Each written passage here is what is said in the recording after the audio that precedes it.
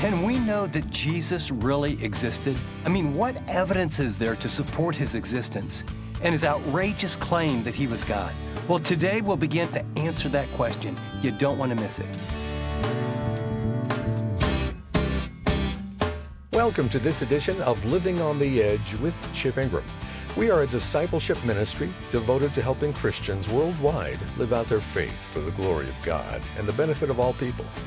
Well, as many of you know, Chip's our regular Bible teacher. However, in this series, Dealing with Doubts, he's asked his friend John Dickerson to co-teach and offer his unique insights and perspective. For those who don't know, John is an award-winning journalist, author, and lead pastor at Connection Point Christian Church in Indianapolis, Indiana.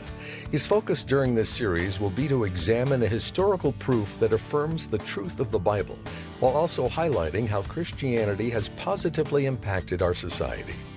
With that, let's join John for his first message, Jesus, You, and Experiential Evidence. I want to start off with something that I can guarantee you and I have in common, and it is this: you want to be happy. I want to be happy. We all want to be happy. And here's what I mean. I don't just mean that fleeting moment when your team wins the big game. You have that moment of happiness. But I'm talking about something more significant.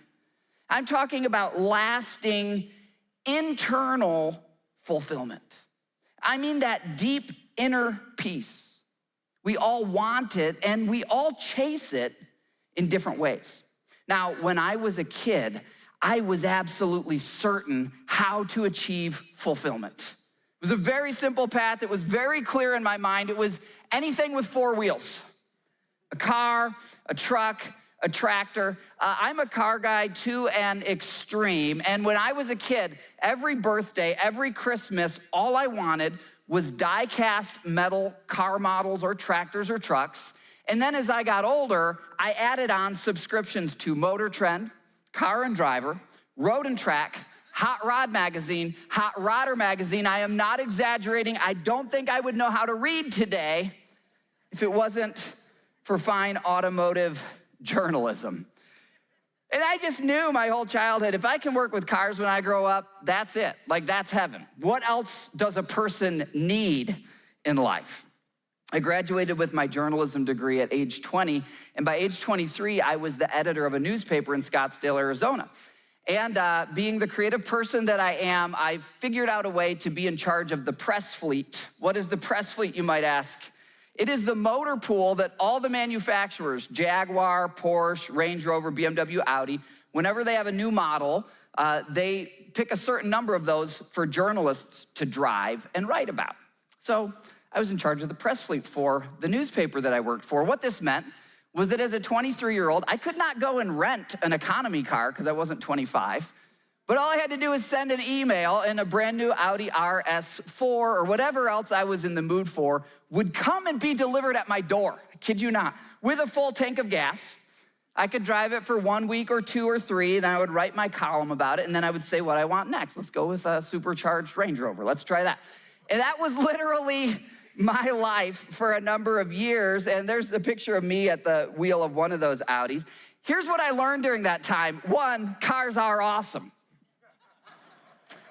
2, I also learned that if I was having a really bad day, let's say my girlfriend just broke up with me, and I slid into the leather seat of an AMG Mercedes with a sticker price of $146,000, it was still a really bad day. And I learned that if I had an entry-level economy car that I was testing that week, one where you close the door and it sounds like a tin can and the windows roll up. In fact, when the first hybrids came out, I remember the first Honda hybrid. It was Phoenix, Arizona. I stopped at a stoplight. It was 115 degrees out, and the air conditioning turned off because they hadn't yet figured out how to have a hybrid where the AC stayed on. Anyhow, I'm getting a little detailed here. Point is, I learned this. Even if it was a really terrible car, but I was having a good day and I was fulfilled in purpose and significance, then I was still just as happy. You know, I got what I had always wanted, and I found that I was thirsty for something more. I wonder, have you ever felt that way? Where you give everything you can to get a relationship or a promotion or a home or some achievement or some possession. And it's not that the thing is necessarily a bad thing, but you finally get what you wanted and you find that you're still unfulfilled. I wonder if you can relate to that. Maybe you thought having a baby would make you happy, and instead all it did is make you sleep deprived. Maybe you thought the promotion at work would make you happy, and instead it's just made you more stressed because now you're always thinking about work and there's so much responsibility with it. Maybe you thought, oh, the bigger house, that'll be the thing, and you got the bigger house, and now it's like, oh man, maintaining and cleaning and paying the bills on the bigger house, maybe this wasn't all it was cracked up to be. Maybe you thought, if I could marry that amazing person, that'll be happily ever after. And you get married and it's beautiful, but it turns out to be a lot of work and a lot of hurt feelings along the way. If we live long enough, we all experience this feeling of this lack of fulfillment, even after chasing fulfillment with all that we have. Well, I wonder, would you like to discover today how you can find fulfillment that lasts? Would you like to discover today how you can find that kind of inner peace that whether you're getting into an economy car or the relationship didn't work out or the promotion didn't go through, you're okay?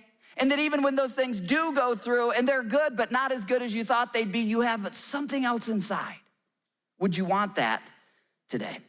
Well, I want to take you today into the definitive feature of Jesus' teaching. You see, Jesus claims over and over again that he can give you life to the full. And this is one of the unique things about Jesus. Of all the people in human history, he did not claim to just be a good teacher or a profound spiritual guru or someone who could help you improve your life. He claimed that he is Almighty God. He claimed that he's the one who spoke the universe into existence and that he designed you and that he alone can fulfill you and that he freely offers that to you. These are radical claims from a real person who actually lived. And I found, as a skeptical journalist, I started at the very beginning. Did this guy even live? And once I decided, okay, he lived, then I looked, can we know what he said? And once okay, these words are reliable, this is what he said. Then I started to look at these words and I thought, this guy's either crazy or he's actually God. There's not really a lot of room in the middle because look what he says here in John chapter 10 to you. He says, I've come that you might have life and have it to the full. I mean, who else talks like that? You know, think about this. This is a real person. Can you imagine being at like a party with some friends and you sit down with a drink and some guy sits down next to you and he turns to you and says, hey, I've come that you might have life and that you might have life to the full. You'd be like, what are you talking about? Jesus talked as if he's the creator of the universe. He claims that he's a source of fulfillment that never runs out. Listen to this in John 4, he put it this way: whoever drinks the water I give them will never thirst again. He's talking about this very thing that I was talking about with the press cars, where it's like, man, it's fun to drive a new car every week and not have to pay anything for it, but there's something deeper. And we've all been there where you get the car or the house or whatever else, and then after a few months or a few years, it's like, well, what's next? And Jesus makes this claim. He says, if you will receive me into your life as God and experience me, you'll find the one source of water that you never thirst again. Radical claims, but are they actually true? And that's what I want to encourage you to genuinely ask yourself today. Could Jesus give you a lasting fulfillment that nothing else and no one else can give to you? What if he could? I spent probably, if you count my college years all the way through my journalism career, more than 10 years researching the existence of Jesus and then the ancient manuscripts. I'm such a nerd that I went and learned ancient Greek because I wanted to know, like, can we trust this thing that's called the Bible? Have they fiddled with the original language? And I'm such a nerd. I compiled so much evidence, and I found that it all falls into really three basic categories. There's ancient evidence. Ancient evidence would be things like Josephus and Suetonius and Tacitus, non-Christian writers of Jesus' era who described this Jesus of Nazareth who claimed to be God. And when I found those ancient writings and ancient artifacts, it affirmed to me the church didn't make up this Jesus guy.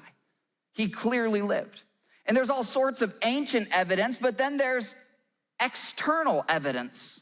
External evidence is really the human record from the time Jesus was born until now that we can measure objectively how he has impacted humanity. For example, every time you're filling out something online and you have to put in your birthday, and it asks you the year that you were born, why does that year start with a 1900 or a 2000 when we know that humanity goes back far longer than that? Because the year 0 on our calendar is the year when Jesus was born.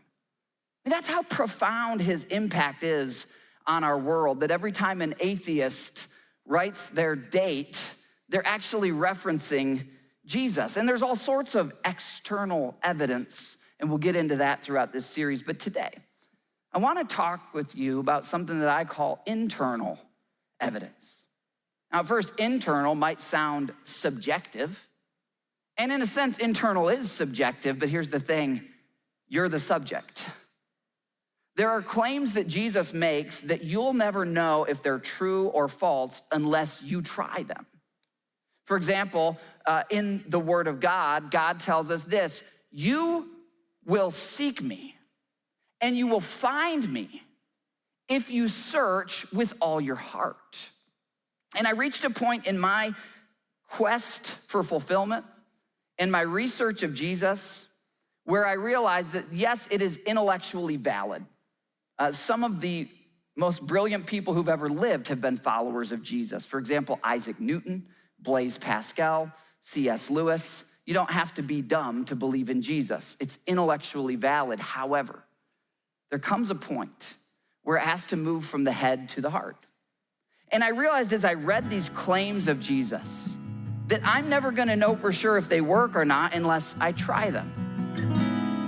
You're listening to Living on the Edge with Chip Ingram, and we'll get back to our guest teacher, John Dickerson, in just a minute. But let me quickly ask, do you know someone who's a skeptic? Maybe it's that close friend or family member who genuinely doubts the truth of the Bible or the existence of Jesus.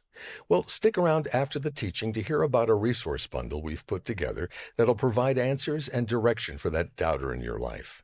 But for now, here again is John.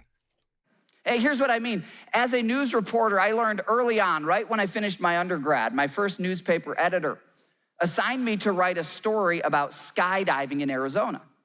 He said, John, I don't want it to just be a human interest story. I want the statistics. What percentage of people die? How high do they bounce off the ground if their parachute doesn't open? That's how twisted my newspaper editor was, okay? Arizona's a skydiving mecca, and that's where I live. There's no clouds, and the weather's good. And so I did all this research. And he said, okay, John, now that you've done everything about, the statistics, the facts, I want you to go skydiving yourself. And I want you to weave that into the story and describe what is it like. And I learned that as an investigative reporter, that there was the intellectual side to a story, but then there was the experiential side to every story. For example, whenever I was covering crime, no, I would not go and do the crime, if that's what you're thinking, okay? But I would have sources who would get me into the drug house where the heroin was sold so I could see it. I would ride along with the police officers who covered those beats. Why? Because there's part of any story that is fact, and there's part of any story that you've got to just be there to really know the truth of what's going on. And I reached this point in my investigation of Jesus where I needed to do a ride along. I needed to test for myself to see if these claims were actually true. So I grew up in Michigan, and we would often go camping up in Canada, and when we did, there was this massive lake up there called Lake Matinenda, and there's a waterfall, a stream that runs into the lake. It's probably considered a river here, and it would vary in width depending on what year and how full the river was. This picture is a year where the river was a little bit lower and it wasn't as wide, but on one particular year, I was about 9 years old, and my 3 older brothers, they're all incredibly athletic. They're jocks. And I know what you're thinking. I did not get the gene, okay? I didn't get that gene. I got the nerd gene instead, okay? But we were at this waterfall. And as you can see in the picture, about halfway down, this waterfall goes down these stairs, and they're probably each, 6 to 10 feet high if you're up close to the waterfall there. And in the middle, there's this pool, and then the waterfall begins again. Well, we were kind of fishing and setting up for a picnic, and one of my older brothers, incredibly athletic guy, decided at the top of the river, where the water looks very smooth, that he was gonna inch his way across and just kind of demonstrate that he was stronger than the waterfall. I'll never forget, because I saw him out of the corner of my eye. One minute I see him, and the next I just hear this whoosh, whooshing noise. And I look back and he's gone. I mean, like that, the waterfall had taken him down a number of those steps, and in the middle where there's this big pool, the water's just, going straight down. It's burying. And my other brothers, we run there, and we're waiting, like, is David's head gonna pop up out of the water? And we keep waiting, and his head's not popping up. And now, if any of you are a youngest and you grew up in a small home and you always had to share a bedroom, you probably know what I was thinking at that moment. It's true, I'm a terrible person. I was thinking, if he doesn't pop up, I'm gonna get his bedroom. He did pop up, and he lived, and everything was fine. But here's the thing, my brothers and I, we will never again underestimate the power of moving water. We've learned that no matter how strong you are, if you step into a powerful current, the current is gonna take you where the current is going. And it's a great picture, because in life, we all get carried along by different currents. Sometimes we step into the current of popularity, or the current of achievement, or the current of material possessions, or the current of relationship, and we think it's gonna take us one place, but we don't realize it's taking us somewhere else. We all seek to be happy. We all seek to be at peace, but so often we find ourselves in these currents that are taking us out of happiness. They're taking us into anxiety, and it's like we can't even get out. Every drug addict who has ruined their life and their relationships and their career, they don't start off by saying, hey, I really want to ruin my life and family and career. They start off thinking, this feels good, this helps, and I know some other people can't control it, but I can, and the current's not gonna take me where it takes everyone else. None of us, plan to ruin our lives or plan to be unfulfilled, but there's all these raging currents. We step into the current of our dream career or our dream car or our dream partner, and a lot of those things are not bad things. They just don't take us where we thought they would take us. In my life, I spent a lot of years, really my college years, all through my 20s, looking at the different currents of life. I'm an analytical person, and I know it sounds nerdy and weird, but I kind of launched out at age 17 from my home of origin to just study what path actually leads to fulfillment? What path am I gonna choose for my life? And I figured instead of just trying them all, I could look at other people, let them get tossed around in the white water, and decide what current leads where, and then be intentional about what to step into. I know that's kind of analytical and nerdy, but that's part of my journey. Here's something I realized along the way. I'll never know for sure if the current of Jesus can carry me to fulfillment. I'll never know that for sure unless I get into it. There's so much that I can observe from the riverbanks, and I did a lot of observing from the riverbanks. Did this guy live? Have his followers been good wherever they've gone around the world? Has it been generally a good thing for humanity? And then as I got to know followers of Jesus today, there was this fulfillment. There was this peace. But I got to a point where I realized I'm never gonna know for sure unless I step in for myself. And here's what I wanna ask you today. Could Jesus give you the fulfillment that nobody else and nothing else can? And the answer is you'll never know unless you try it. You're listening to Living on the Edge. John Dickerson has been our guest teacher for this program, Jesus, You, and Experiential Evidence, from our series Dealing with Doubts. He and Chip will be back in studio shortly to share their application for this message. If someone were to ask you, how do you know Jesus actually lived? Or can we really trust the Bible? What would you say? Well, join pastor and award-winning journalist John Dickerson as he explores these complex topics, drawing on evidence from various credible sources and the impact Christians have had throughout history. John builds a credible case for believing in Jesus. Our hope is that as you listen, you'll be able to confidently say, Jesus is real, the Bible is true, and I can prove it. In fact, we have some valuable tools to back you up. Anytime John or Chip mention a book, podcast, or article in this series, you can easily find it on our resources page at livingontheedge.org. We want to equip you with practical Bible-centered materials to use personally or share with others. So check out the resources page at livingontheedge.org today. Well, Chip's joining me in studio now. And Chip, I'm sure we all know someone who's cynical of or even hostile towards the claims of the Bible. So take a minute, if you would, and explain how John's testimony in his popular book, Jesus Skeptic, will help us better defend our faith.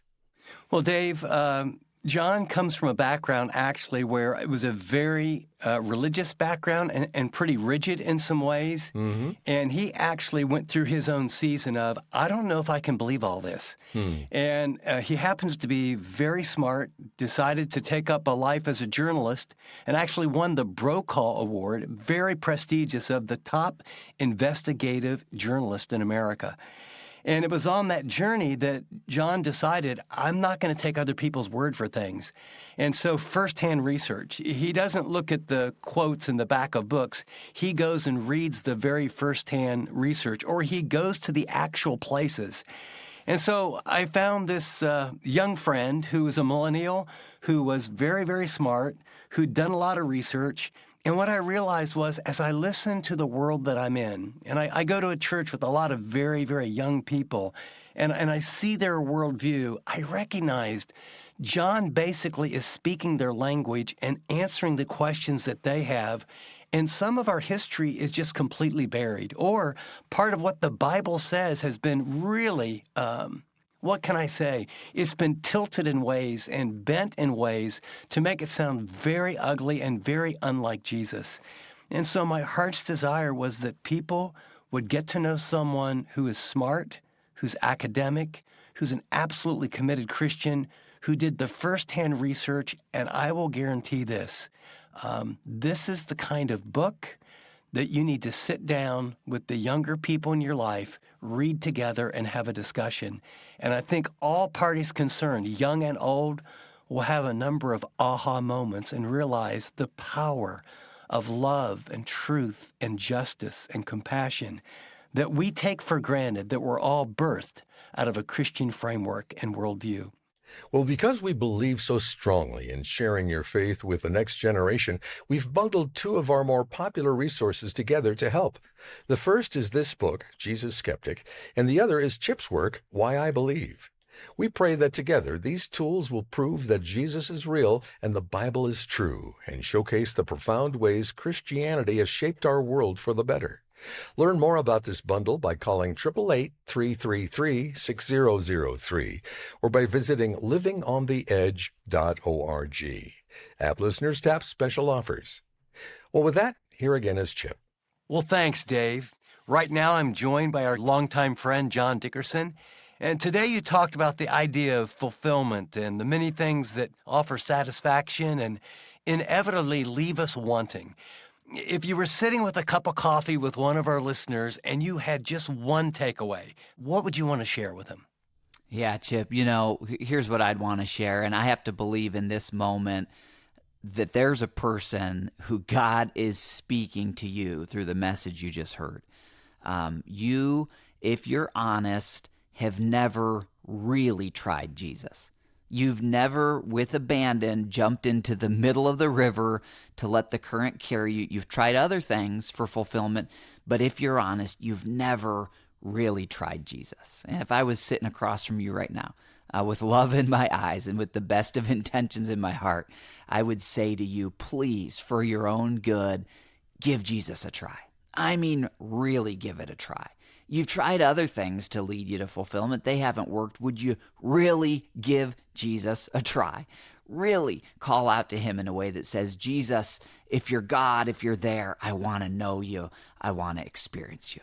The other thing I'd say, Chip, is I have to believe that a lot of people listening to this are followers of Jesus. And I know in my life that I need regular times where I examine myself and ask myself the honest question, what am I really looking to deliver fulfillment in my life? And I know for many of you listening, if you're honest, I have many days where I say, wow, if I'm honest, it's my financial security, or it's a relationship, or it's consistency in my job. And while those things aren't evil, they can't deliver what Jesus can. So for those of you listening, you've known the freedom that Jesus can offer. You've jumped into the river, so to speak. You've trusted in him for your forgiveness. You've experienced that. I want to encourage you today, be honest with yourself. Are you really looking to Jesus, or has maybe life gotten a little dry, a little apathetic, a little stale because you've been looking to something else? And if so, just return to him. Return to him, seek him, and you'll find him once again. Encouraging word, guys. Thanks. As we close, I want to thank each of you who makes this program possible through your generous giving. 100% of your gifts go directly to the ministry to help Christians live like Christians. Now, if you found this teaching helpful but aren't yet on the team, consider doing that today. Sending a gift is easy. Go to livingontheedge.org or call 888-333-6003. That's 888-333-6003, or visit livingontheedge.org. App listeners, tap donate. And let me thank you in advance for doing whatever the Lord leads you to do. We'll listen in next time as our guest teacher, John Dickerson, picks up in our series, Dealing with Doubts. Until then, this is Dave Drury saying thanks for joining us for this edition of Living on the Edge.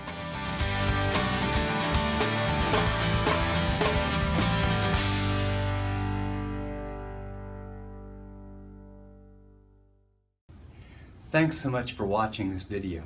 If you'd like to watch more content like this, click and subscribe here to our channel. And by the way, if you'd like to know more about Living on the Edge, find out about more resources, maybe get on the mailing list, go to livingontheedge.org. See you next time.